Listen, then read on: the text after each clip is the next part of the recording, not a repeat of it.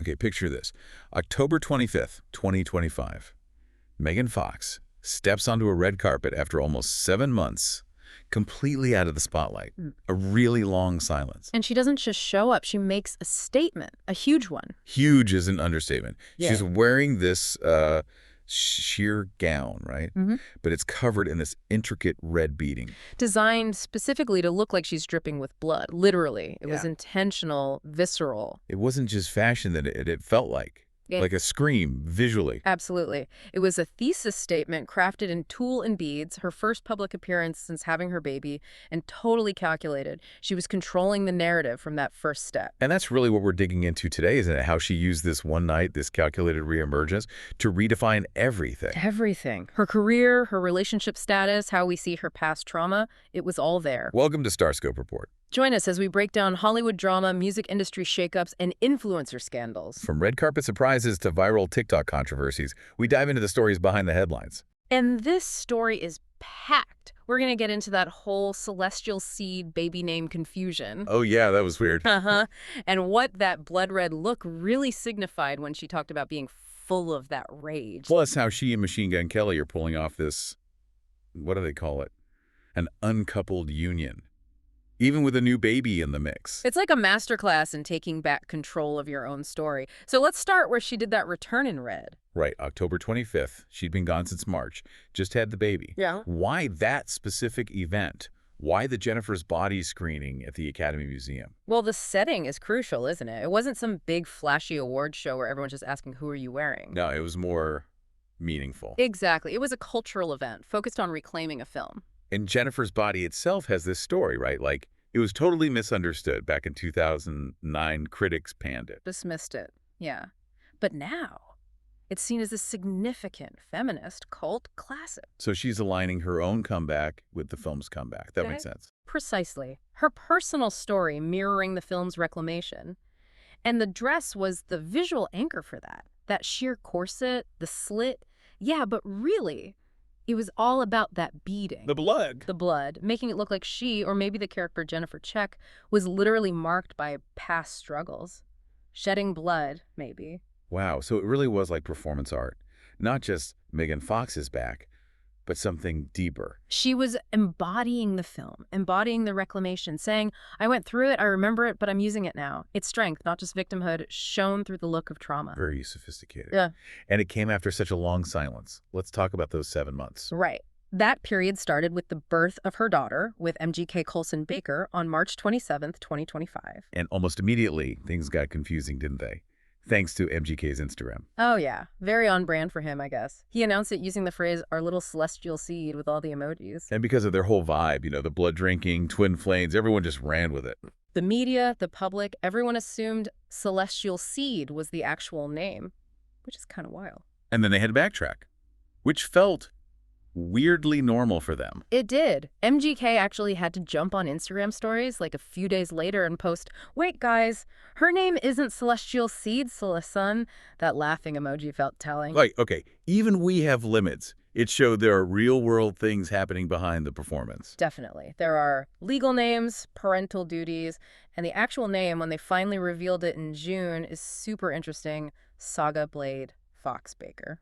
Saga Blade Fox-Baker. Okay, Saga and Blade fit their aesthetic, for sure. But you think the surname is the real headline here? Absolutely. Fox-Baker. Think about it. Their relationship status was totally up in the air at that point. We knew they'd split. Right, they called off the engagement late 2024. Exactly. So giving the baby a traditional hyphenated legal surname, Fox-Baker, that's a huge statement. It anchors them as a family unit permanently. Regardless of the romance. Precisely. It separates the twin flame spectacle from the mature parental reality. They are legally bound as co-parents. It kind of gives them freedom not to define the romantic part publicly. That's a massive pivot from how public they were before.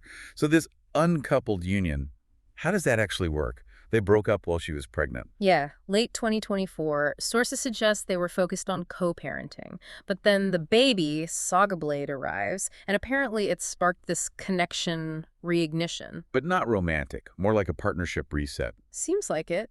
The reports say Fox was really impressed by how he stepped up with the baby. So the birth became this shared focus outside of romance, allowing them to redefine things. Which leads to this current setup. They're an uncoupled pair. They don't use labels. Right. They technically have separate houses, but the word is MGK spends pretty much every night at her house with the baby. They apparently act like a couple, but it's all about the co-parenting.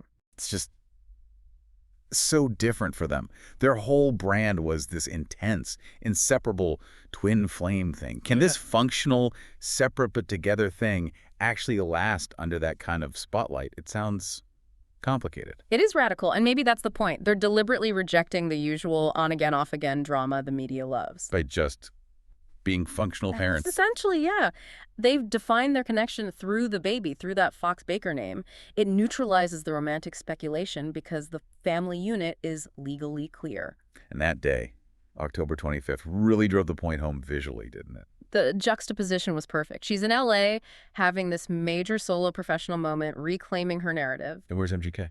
In Las Vegas. Different state entirely. Okay. Attending Complex Con, apparently looking all smiles. Wow.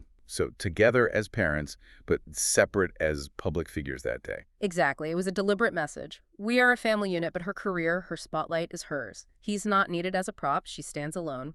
Okay, so the dress was the visual, the separation was the logistical statement. But then came the words. The Q&A after the Jennifer's body screening.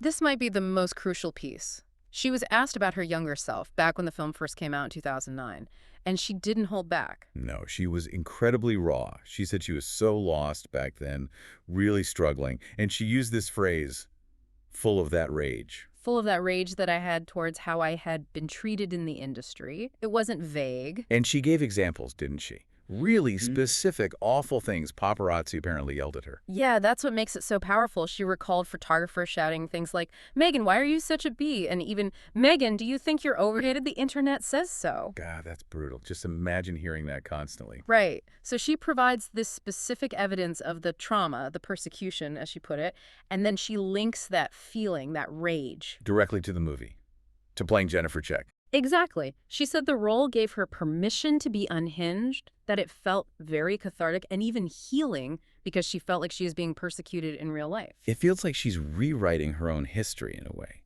taking that old narrative that she was difficult or demanding back then and saying, no, I was traumatized. It's a brilliant piece of narrative recontextualization, a retcon, essentially, by talking about the rage now from this position of strength and stability. With the perspective of #MeToo having happened. Precisely. She's leveraging that cultural shift. She transforms the 2009 story. She wasn't just a difficult starlet. She was a young woman reacting to genuine mistreatment, channeling it into her art. The timing makes it resonate differently today. Okay, let's pull it all together. October 25th wasn't just one thing. It was the dress, the Q&A confession, the context of the film screening, all working together. A single, unified act of narrative alchemy. The visual blood manifesting the verbal rage, all presented on an artistic platform that mirrored her own journey. And the foundation for it all is this new stability she seems to have found. She's 38, a mother of 4, in this controlled, unconventional partnership. That stability gives her words weight. She's not speaking from desperation. She's speaking from a place of control. She can safely look back and deconstruct that really volatile past. It really feels like a new chapter. Her 4th act, maybe. That's a good way to think about it. Act 1, the explosive rise, the hypersexualization. Act 2, the backlash, the persecution, the retreat. Act 3, the whole intense twin flame era with MGK, which kind of overshadowed everything else. And now, Act 4, beginning in 2025. Defined by narrative control. She's carefully separated her identities, the Fox-Baker family unit. Her solo professional identity, reclaiming her work. And her romantic identity, which is basically undefined, no labels. She's the architect now. So by owning that past trauma, the rage, and reframing it through her art and her comeback, Megan Fox basically killed off the 2009 narrative that haunted her. She did. She's emerged as the writer, director, and star of her own saga. Which leaves us wondering. Yeah, what comes next? Now that she's built this foundation of control, what kind of art, what kind of stories will she build on top of it? That's the real question now, isn't it? You've been listening to Starscope Report, where Jordan and Jamie uncover the stories shaping Hollywood, music, and pop culture. Thanks for tuning in, and we'll catch you next time.